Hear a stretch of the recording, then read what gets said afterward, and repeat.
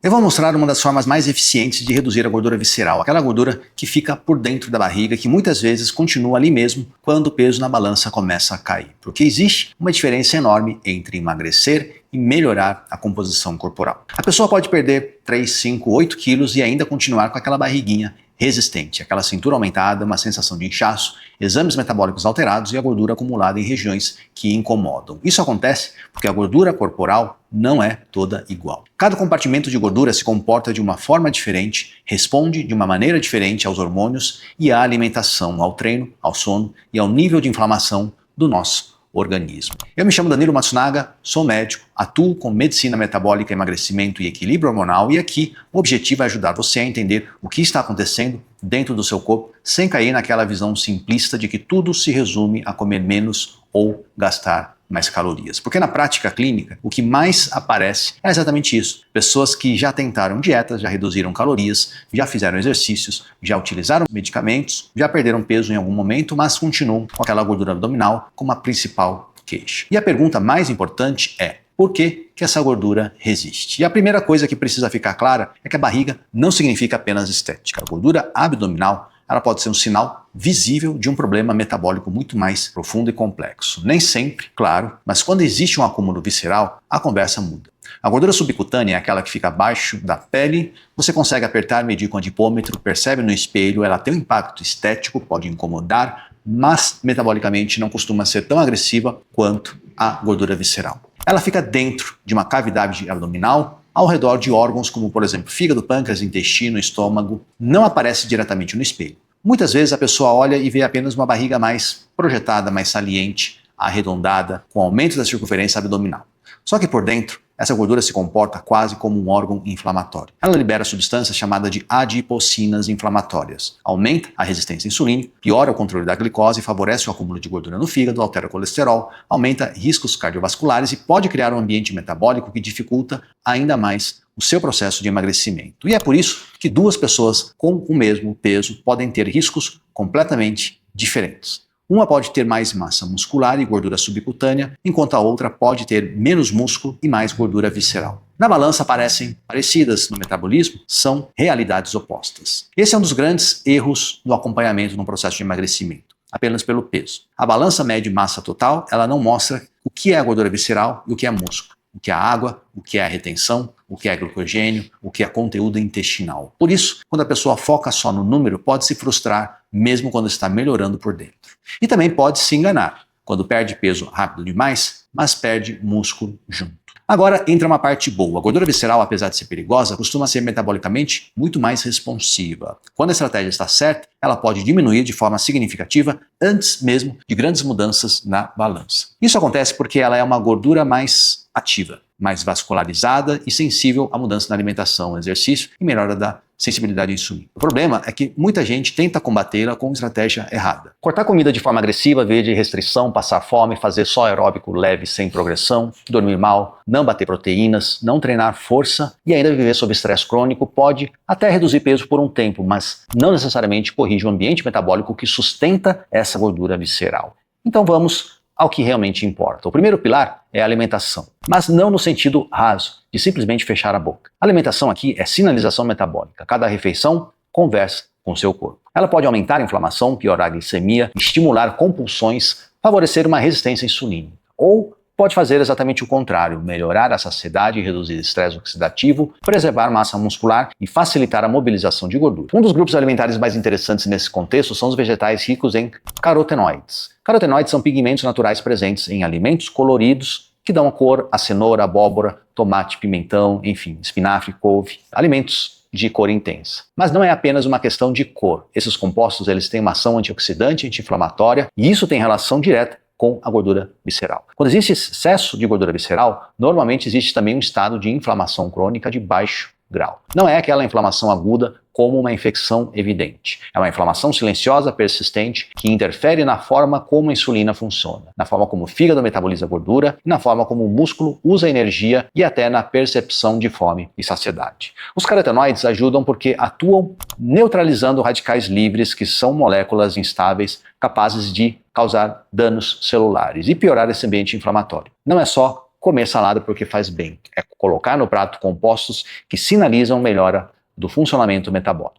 Um estudo feito no Japão avaliou o consumo de vegetais ricos em carotenoides e observou uma redução mensurável da gordura visceral em poucas semanas. Isso mostra algo importante. Intervenções simples, quando são consistentes, podem mexer em marcadores profundos. A aplicação prática é direta. Em vez de montar um prato pobre em fibras, pobre em micronutrientes, o objetivo é colocar cor de verdade. Cenoura, abóbora, tomate, pimentão, folha verde escura, batata doce, beterraba. Quanto mais variedade, maior a diversidade de compostos bioativos. E aqui tem um ponto importante. Vegetal não entra no prato apenas para ocupar espaço. Ele participa de estratégia. Além de entregar fibras, volume alimentar, micronutrientes, antioxidantes e compostos que melhoram a resposta metabólica da refeição. O segundo grupo que merece atenção são as catequinas, especialmente presentes no chá verde, por exemplo. As catequinas são polifenóis com ação antioxidante e anti-inflamatória. Elas têm sido estudadas pela capacidade de aumentar a oxidação de gordura, modular gasto energético e interferir em enzimas relacionadas, por exemplo, à digestão e à absorção de lipídios. No chá verde, ainda existe a presença de cafeína, que pode agir em conjunto com essas catequinas, o que não significa que chá verde seja uma solução isolada. Não existem bebidas que compensem uma rotina ruim, mas dentro de um plano bem construído pode ser sim uma ferramenta útil. Um estudo placebo realizado no Japão avaliou o chá verde enriquecido com catequinas em doses aproximadamente de 600 mg ao dia, durante 12 semanas, 3 meses, e encontrou uma redução significativa da gordura visceral. O ponto principal aqui não é transformar o chá em promessa milagrosa. O ponto é entender que pequenos elementos somados podem empurrar o metabolismo na direção correta. Só que a alimentação não pode parar nesses compostos. Quando o foco é gordura visceral, existe um fator central: controle de insulina. A insulina é um hormônio essencial. O problema não é ter insulina. O problema é viver com insulina cronicamente elevado por excessos de carboidratos refinados, beliscos frequentes, sono ruim, estresse, sedentarismo e baixa muscular. Quando a insulina fica alta demais por tempo demais, o corpo recebe um sinal constante de armazenamento e isso dificulta a mobilização de gordura, especialmente em pessoas com resistência insulínica. Por isso, reduzir gordura visceral passa por melhorar a sensibilidade à insulina. Uma meta-análise que avaliou 117 estudos mostraram algo muito interessante. A dieta tende a ter maior efeito na perda de peso total, mas o exercício pode ter um efeito superior, especificamente na redução da gordura visceral. Ou seja, para o número na balança, a alimentação manda muito. Para a gordura por dentro da barriga, o exercício ganha protagonismo. Isso muda a forma de pensar, porque talvez a pessoa não veja uma grande diferença no peso nas primeiras semanas, mas pode estar reduzindo gordura visceral, melhorando a sensibilidade à insulina, diminuindo a circunferência abdominal e mudando o risco cardiometabólico. A pessoa pode estar perdendo gordura visceral, ganhando ou preservando massa magra, melhorando o glicogênio muscular, reduzindo a inflamação, melhorando o seu condicionamento físico e o peso parecer estagnado. Se ela só olha a balança, acha que nada aconteceu. Se avalia a cintura, composição corporal, exames e performance, percebe a mudança real. Agora, qual exercício funciona melhor? A evidência aponta que exercícios aeróbicos de maior intensidade e HIIT podem ser especialmente eficazes para reduzir a gordura visceral. HIIT é o que nós chamamos de treino intervalado de alta intensidade, alternando períodos curtos de esforço maior com recuperação. Mas isso não significa que todo mundo precise começar com treinos extremos. Intensidade precisa respeitar contexto, condicionamento, articulações, risco cardiovascular e histórico de lesões. Para muita gente, começar com caminhada rápida, bicicleta elíptica ou escada em intensidade progressiva já é o suficiente e já é um começo. A referência prática é simples. Se você consegue conversar frases durante a atividade física, está trabalhando numa intensidade moderada. Se consegue falar apenas poucas palavras antes de precisar respirar, pronto, está numa intensidade vigorosa. O ponto não é sofrer, é a sair da zona de conforto metabólico. 2 a 3 sessões por semana de 30 a 45 minutos já podem ser um começo muito bom. Com o tempo, pode haver uma progressão de volume, intensidade ou frequência. O corpo responde ao estímulo, mas precisa de repetições. E onde entra a musculação? Bem, a musculação talvez não seja a ferramenta que reduz a gordura visceral mais rápido quando comparado ao cardio de alta intensidade, mas ela é indispensável, porque o objetivo não é apenas reduzir gordura, o objetivo é criar um corpo metabolicamente mais competente, porque músculo é uma reserva funcional. Melhora a postura, força, autonomia, gasto energético, sensibilidade à insulina e capacidade de manter o peso perdido. Portanto, sem musculação, muitas pessoas emagrecem e ficam, por exemplo, flácidas, com fraqueza, piora da disposição e metabolicamente mais lenta. Então, a melhor estratégia costuma ser combinação. Treino de força para preservar e construir músculo junto com exercício aeróbico de uma intensidade mais moderada a alta para atacar a gordura visceral e melhorar o condicionamento cardiometabólico. Essa combinação é mais inteligente do que escolher apenas um dos lados. Outro ponto pouco falado é o sono. Dormir mal aumenta a fome, piora o controle de impulso, aumenta a grelina, reduz a leptina e piora a sensibilidade à insulina, que favorece escolhas alimentares mais calóricas no dia seguinte. Além disso, a privação de sono aumenta o cortisol, que pode contribuir para o acúmulo de gordura abdominal em pessoas predispostas. De nada adianta montar uma dieta perfeita no papel se a pessoa dorme 4-5 horas por dia, além de eventualmente acordar, por exemplo, de madrugada. O sono é parte do tratamento metabólico. Outro ponto é o álcool. Álcool atrapalha a redução de gordura visceral. Piora sono, aumenta a ingesta calórica, reduz o controle alimentar, sobrecarrega o nosso fígado e pode favorecer o acúmulo de gordura hepática. O álcool precisa ser avaliado com seriedade. Para muita gente, reduzir a bebida alcoólica já muda, por exemplo, a circunferência abdominal em poucas semanas. E aqui entra o nosso querido fígado. A gordura visceral tem relação muito próxima com gordura no fígado.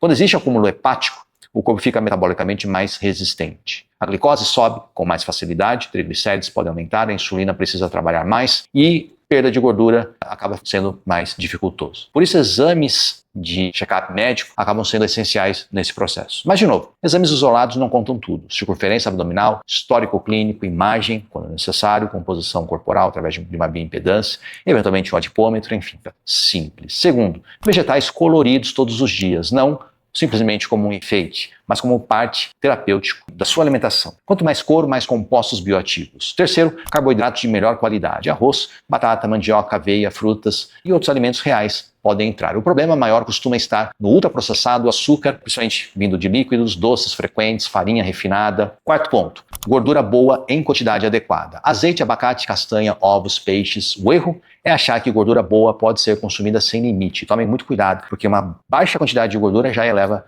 bastante as suas calorias. Quinto, treino de força 2 a 4 vezes por semana, conforme o nível de disponibilidade. O corpo precisa receber sinais para se manter ativo, para manter o seu músculo. Sexto, cardio em intensidades moderadas a alta 2 a 3 vezes por semana, começando no nível possível e progredindo com segurança. Sétimo, sono com prioridade real. Não apenas tentar dormir melhor, mas ajustar a sua rotina, luz, cafeína, horários, telas, ambiente e regularidade. E oitavo, monitorar a cintura. A circunferência abdominal é uma medida simples e extremamente útil, muitas vezes ela muda antes da balança. E aqui vale uma mensagem importante. A gordura visceral pode reduzir sem que o peso caia muito. Então, se você está treinando melhor, comendo melhor, dormindo melhor, perdendo medidas de cintura e melhorando exames, isso já é um progresso real. Não se atenha tanto ao peso na balança. Então é isso. Se vocês gostaram do conteúdo, se inscrevam no nosso canal, ativem o sininho e até o próximo vídeo.